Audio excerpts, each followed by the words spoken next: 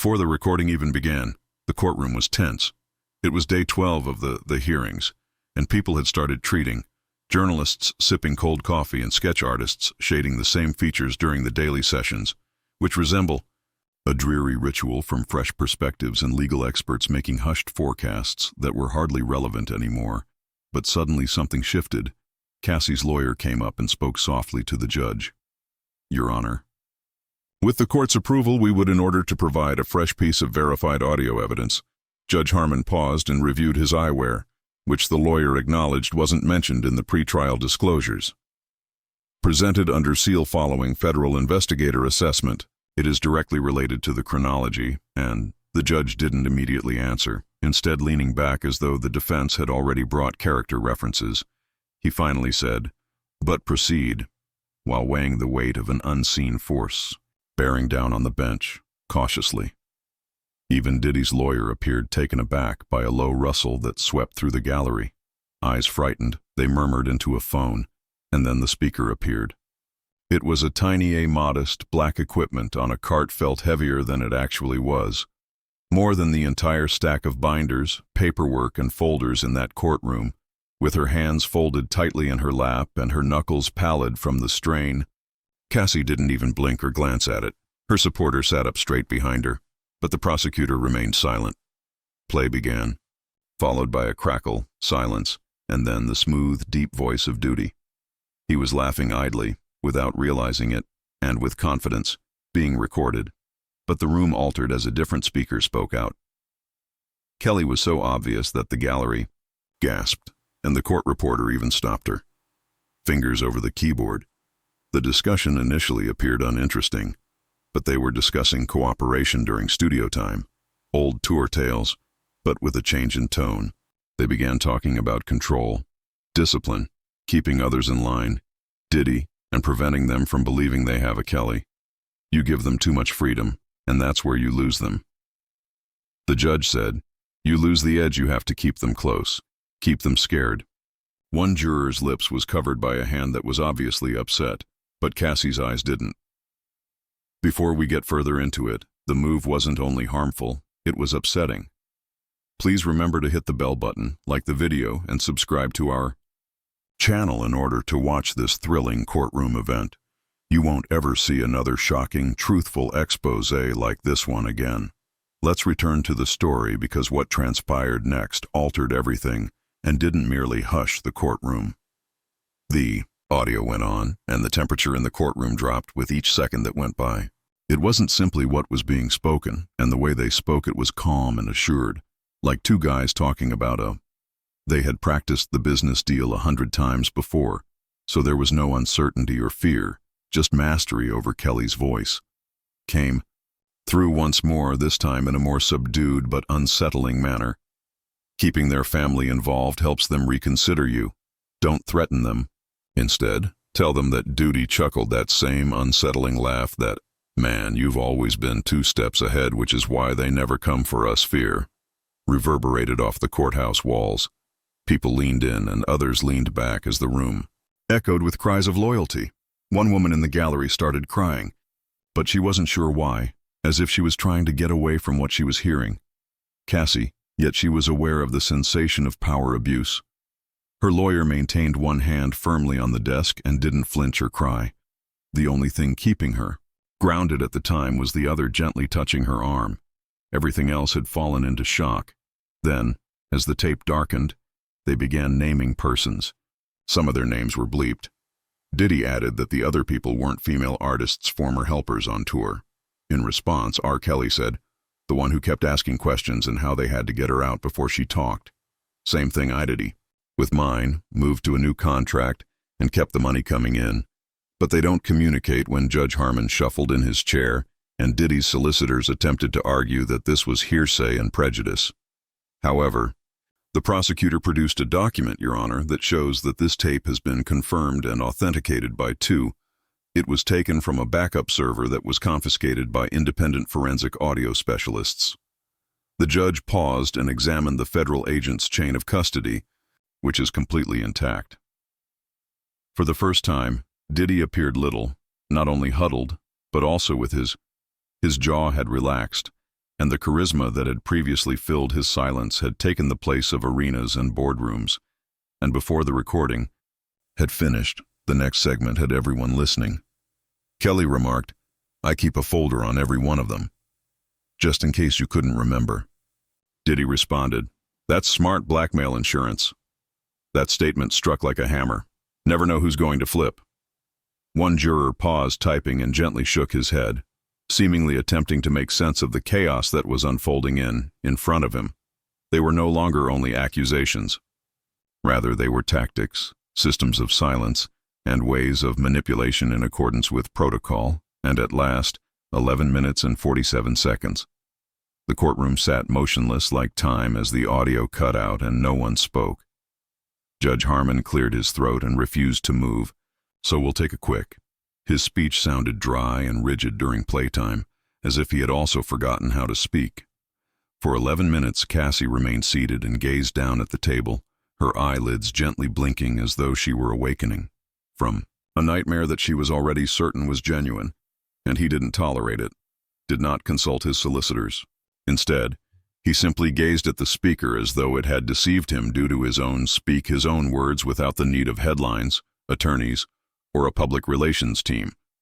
Just the truth, plain and simple, irrevocable and unedited. And for the first time in a very long time, nobody came to his defense. The courtroom hallway was in disarray, reporters shouting over one another and phones buzzing. Around the world, cameras rolled and screens were constantly illuminated with news alerts. Journalists frantically rephrased what they had just heard in court with their hands pointing, but there were no flawless. One reality reverberated from wall to wall in the headlines for what had recently transpired. Diddy and R. Kelly were captured on camera, and their words were inaudible. The audio recording had previously released online in spite of stringent security measures, and it quickly spread throughout X. Joshua. Ashen was hurt by Josh Diddy Kelly's tape, and Talk YouTube Reddit hashtags went viral. Josh Blackmail Insurance claimed in court that it was influencers who started posted responses. Lawyers silently streamed survivors, and breakdowns individuals started to tell their own tales in the courthouse comments section. Diddy's defense team was dissecting. One lawyer said the recording was taken out of context, while another claimed voice manipulation, a feeble last-ditch attempt that the prosecution promptly disproved. Informed the judge that although the MITRE tape had passed federal audio authentication standards, it wasn't the argument that kept the crowd in suspense was the stillness that everyone knew wasn't simply a trial any longer. This was about more than just Cassie or Diddy. The courtroom had evolved into a pivotal site, an impromptu confessional where a power-fame-based empire, back in her seat. Quiet was already crumbling beneath the weight of its own words. Cassie's face was composed as she gazed straight ahead, but her eyes held. After break, the judge returned, clearly showing all the suffering, bravery, and expense. Slower, paler, and uncertain if you could tell he had reviewed the court security had quadrupled as a result of his actions, and everyone realized that something more significant was now happening. Let's record Judge Harmon started by saying that the material that was given today would not be made public until additional reviews, but the court acknowledges its significance. He glanced at Diddy. He additionally suggests that the defense get ready to introduce more witness testimony related to this recording. New witnesses did not flinch as the courtroom became tense. His lawyers leaned in, but he waved them away since it was too late, just enough for the cameras to capture it. The world had heard the words. The damage was done, and nothing was done. Spin, no public relations staff, and no powerful legal outfit could reverse it before we disclosed what occurred. Following this pivotal time, such as the addition of fresh names to the case, so be sure to turn on the bell symbol, like this video, and subscribe to our channel so you can never miss a single industry-shaking or witness confession in court. Nevertheless, this is only the start, and what happens next might completely alter the prosecutor's case. Stood once more, and tomorrow we want to call a new witness. She was a former assistant to both of the men on the tape, Diddy. Cassie glanced down, then up at the courtroom that had gone quiet, because a recording was now waiting to see what would happen next. The silence was broken and the shadows weren't. Safe because the recording was authentic. No seat in the gallery lines that had formed outside the courthouse before daybreak was empty the following morning. Commentators whispered about the now famous live stream from their phones as cameramen fought for position, tape as if it were a movie scenario inside, and even the jury showed up early. Serious, wide-eyed, and obviously different from the day before everyone, at precisely 9:05 a.m., the judge realized that whatever had begun with Thonor, we introduce his trial, had changed into something quite else. He said the words, "Continue." Very silently, the prosecution stood your Miss Talia Morgan as our next witness. Her name caused a stir. It wasn't previously mentioned and wasn't on any lists, but those in the I am aware that individuals who closely watched the industry recognized it right away. Morgan, a former Diddy aide and tour staff supervisor for R. Kelly, woman, who abruptly and mysteriously left the industry almost 7 years ago and disappeared from the public eye. There had been speculation about her departure, but no one had ever verified the reason, so now she was entering a courtroom with her gaze concentrated, her shoulders erect and her hair tied back. Took the oath without hesitation. After the prosecutor started, she didn't glance at Diddy, and her voice didn't crack. "Miss Morgan, could you please explain to the court how you relate to the people on the audio from yesterday?" Recording. "I spent 6 years working with Mr. Combs," she stated, "and I was present at Mr. Kelly's 2014 tour. I organized a number of behind-closed-door events and was told to empty rooms for their 2 private meetings. Specific discussions were set to start." "What kind of conversations?" the lawyer inquired, discussing topics such as, she responded to the one you played yesterday, about keeping people under control and secrets pertaining to contract manipulation, transferring girls across states, and using bonuses and threats to keep employees silent caused gasps to reverberate around the room. The defense raised unsubstantiated rumors, and the prosecution presented a document. Miss Morgan provided audio notes and a sworn affidavit that were verified. We asked the judge to enter her statement into evidence using time-stamped emails, and although she appeared scared, she nodded in agreement. Talia kept talking steadily. "I was told not to use my phone in meetings, but I did it once. I switched it over 3 times since it had unintentionally captured everything in that file, which is what produced the audio you heard yesterday. Months ago, Duty's attorneys froze. Him, after speaking anonymously to federal investigators, didn't move," Talia continued. She claimed that they had a system in which women were assigned roles, visitors who were artists' helpers, but once they were inside, their access was tracked. If someone was either bought out or talked too much and asked too many questions. She hesitated, then turned to face the jury, scared. "I attempted to escape twice, but the first time I was told I would be removed from the industry after discovering a tracker on my vehicle a second time. Vanished, a whisper passed through the room, and Talia displayed a journal entry duplicate. It contained direct statements from Diddy and R. Kelly and was dated the year she quit. Talia nodded when the prosecution questioned, "Do you fear for your life by being here today?" During the planning sessions. "Yes, but I'm more terrified of remaining." Silent. The room fell hushed once more.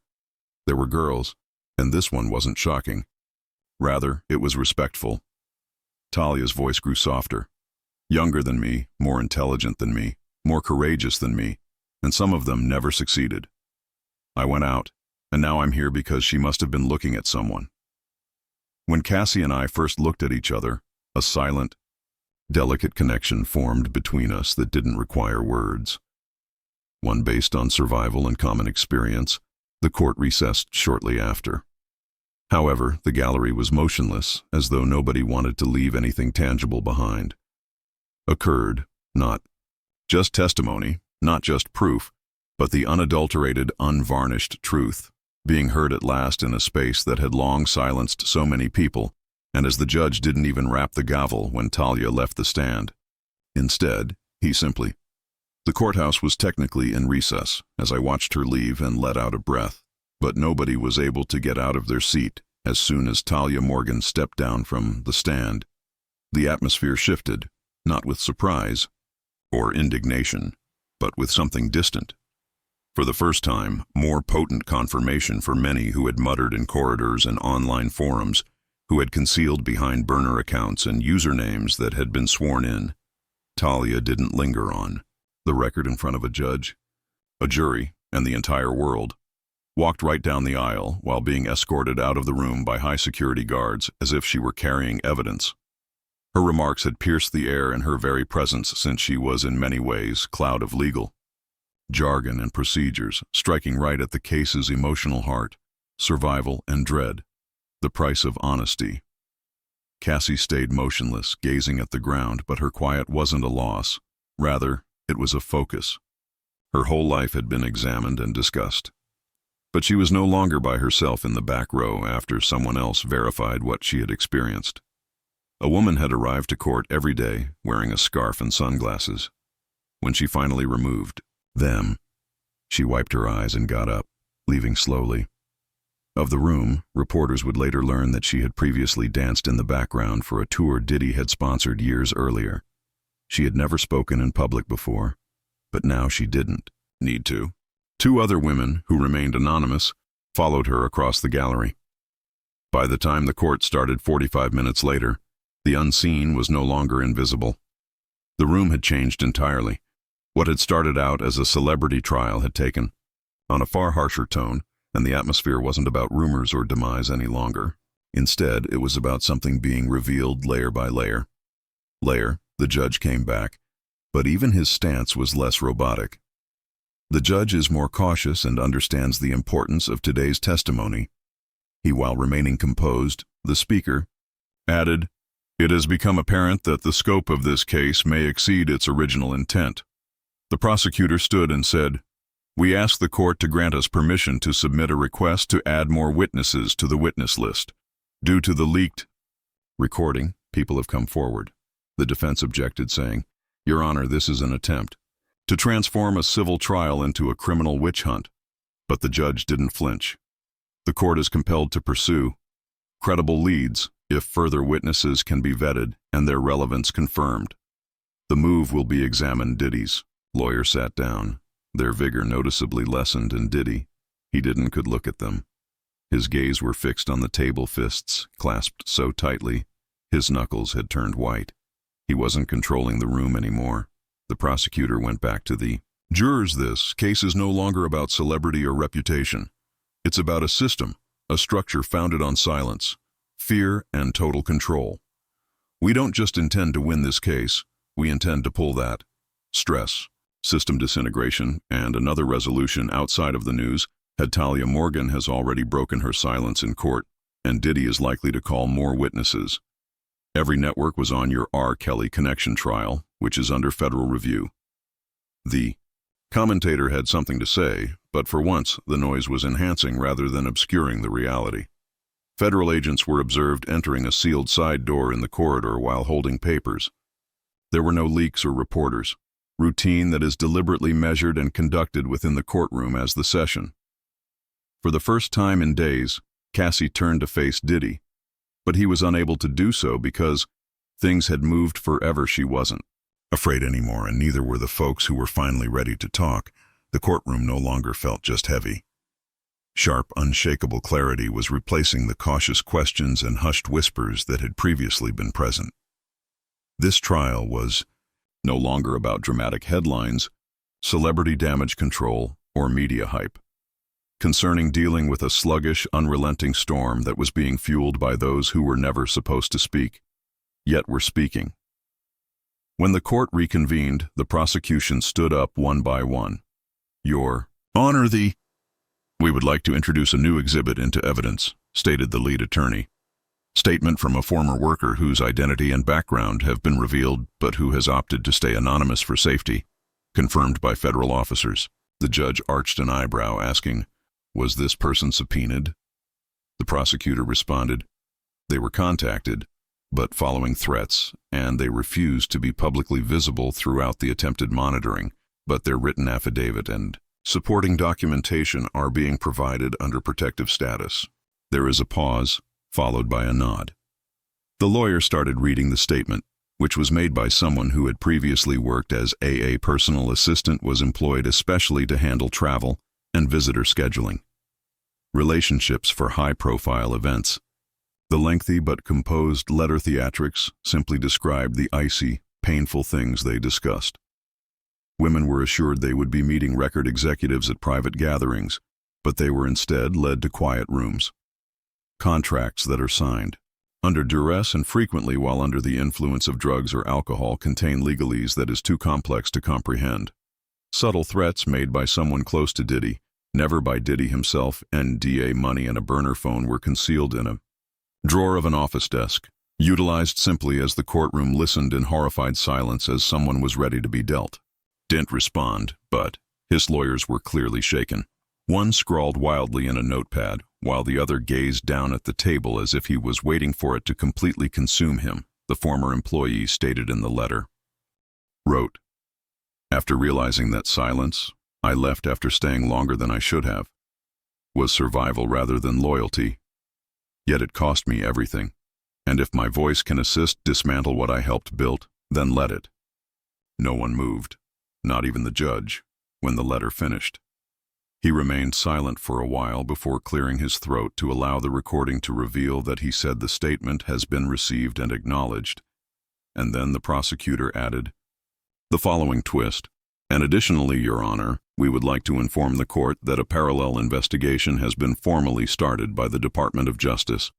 Federal subpoenas are being prepared to probe into issues disclosed in the audio and witness testimony as of this morning." Diddy's main attorney stood immediately, ignoring the gallery's gasp, the ongoing civil actions, but the harm had already been done and the comments had been released. Federal investigation. This was no longer only a well-known trial. It was the Diddy sat motionless, breathing through his nose, knowing that this was the start of something much more deadly. Rhythmically tapping your fingers on the table is no longer a power move. Instead, it's a Cassie, on the other hand, stayed, composed, and never looked away from the bench. She never changed her posture, and she never smiled because this victory wasn't yet achieved. This was publicity, and the curtain was being drawn back, not simply on an individual, but on a system as a whole that had flourished in the shadows. For decades, and by the 8th day following the start of when the secret recording was played, in public it seemed as though the courthouse walls were closing in on everyone, not just Diddy, but on everything he had established his empire on, which was later strengthened by loyalty contracts and NDAs, and unbridled power now appeared fractured everywhere, and those he had previously silenced no longer feared the. Before we started, the prosecutor made an odd announcement when the court opened. "We'd like to request a move to have some of today's witness testimony sealed for security grounds." Without protest, the judge nodded, indicating that the trial had now escalated. More than anyone could have predicted, each new testimony brought with it fresh dangers and fresh eyes from the new voices murmuring behind closed doors outside, yet the ones within were only growing louder. A former studio technician was the next witness to be called, low-key, nondescript, but someone who has worked in silence. Behind the scenes, he entered with his head during several recording sessions with Diddy and R. Kelly. Man who appeared to have nothing left to lose, low but with a straight back, was sworn in and then asked a single, "Do you remember any discussions you overheard while working on the team that you think are pertinent to, yes, this trial?" He said without hesitation, speaking clearly and without flair. He was a guy of emotion, who had endured years of stillness, and now, piece by piece, he said that he had conversations similar to the one in the leaked document while unloading it in front of the world. Tape occurred often, but recordings such as this were purposefully made. This is known as insurance. He stated that if someone betrayed them, it would not be for their safety or control. Had the tapes to use as leverage, and the lawyer requested 2 persons I know who had access to the recordings. I was informed that Diddy's head of operations, a man known only as Ghost, handled all of the off-court materials. He continued to describe situations in which he was ordered to clear out studio sessions and remove files in order to meet his gaze, wipe drives, encrypt folders, and secretly store logs. When the trial started, he handed those records on to federal agents, claiming that they were discussing more than just music. He took a printed sheet from his folder that contained a portion of an audio log from 2015 on concerning individuals owning and managing them. It included multiple timestamps for chats marked with the initials SCB. Each of RKCP and MR linked to remarks such as containment restructuring and at 11:42 p.m. RK, the prosecution read aloud, one entry that had been circled by the prosecution. When asked about the Detroit girl, SC responds, "She's handled, not a problem anymore." The technician noted that a whisper went across the courtroom as they handled always indicated that one item was taken away, silenced, or purchased, and Duty's lawyer jumped to object, "Your Honor." The prosecutor didn't bat an eyelid because these notes are theoretical and lack actual records. The judge permitted the original recordings, which are still in government custody, to speak for themselves. Comment. Diddy sat still, his fingers no longer tapping, clearly uneasy. His clenched jaw was gone, and he was motionless but not composed, defeating the manly appearance, observing his defenses crumble with each word, and then the technician's last moment of the day arrived. Lastly, he glanced at the jurors and questioned, "Why are you speaking now?" "Because I saw that if I remained silent, my 14-year-old daughter would contributing to the creation of the same reality. I would never want her to grow up in quiet again." Nobody pursued headlines that day because nobody knew what to say, and nothing needed to be said. They went out of the courthouse slowly, altered by the truth, and nobody cried out for pictures or quotes, wasn't merely disclosed. It was becoming indisputable on the last day of. This stage of the trial started with a calmness that only the truth can bring to the courtroom, rather than with much fanfare, was packed, but it was so silent that you could hear every chair's creak. Nervous breath. What had begun as a civil matter involving a celebrity had turned into a moment of reckoning that nobody had anticipated. But in the back of everyone's mind there were no grand entrances, blazing lights, or audacious remarks made by the defense. Just Diddy sitting there with his head hunched lower than before, surrounded by attorneys who now appear more like survivors of the same storm than protectors. His posture wasn't defiant anymore. It fell, the performance ended, and the judge came in and didn't spend any time saying, "This court recognizes and comprehends the developments of the last 2 weeks." The seriousness of what had been made public, he stopped and glanced around the room at Cassie, at the prosecution, at Diddy. "And we are currently examining issues at the jury that may go beyond this case's jurisdiction and affect everyone's federal interest. Understood that more subpoenas, more witnesses, and more probes were on the horizon. However, today was the last day of something else. So please keep quiet." Casey was asked to make one more speech, so she approached the front of the courtroom carefully and turned to face the judge without. She didn't have to persuade anyone anymore because Diddy wasn't the jury. Her voice was, "I never imagined that I would be here. But it's not because I didn't know what occurred to me was incorrect. But I was certain that no one would notice. Therefore I was indoctrinated to think that those in positions of power are protected, and that they don't fall." She took a breath and swallowed. "I was terrified of what he would do for a long time. People would remark, and I felt embarrassed that I continued to feel embarrassed that I remained silent. But I've discovered that fear does not equate to weakness, doesn't imply guilt. Sometimes keeping quiet is simply a survival tactic." The room was still completely hit harder than before. "But I came here knowing that if I didn't talk more, I would be punished. I came here to prevent the next girl from believing she must choose between her safety and her voice, because otherwise, others will suffer." She turned to face the jury and said, "I want change, not sympathy." No one applauded or wept. It was something. She turned to face the judge, bent her head gently, and went back to her seat. Respect was more potent than either, and the prosecutor made a last statement, that brief affirmation of the coherence of the facts and witnesses, as well as the court's authority to proceed with additional proceedings. Diddy was given the opportunity to speak, but he chose not to. The judge nodded and then spoke to the courtroom one more time. "Acknowledges that a trial can be a beginning rather than a definitive truth, and what has started here, and today will never be forgotten."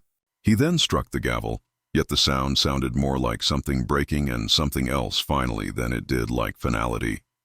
There were no triumph signs or media circuses outside the courthouse to begin with, simply people standing silently, some holding hands, others sobbing softly, some merely observing, and somewhere across the nation, while survivors watched with their phones locked and their eyes watering.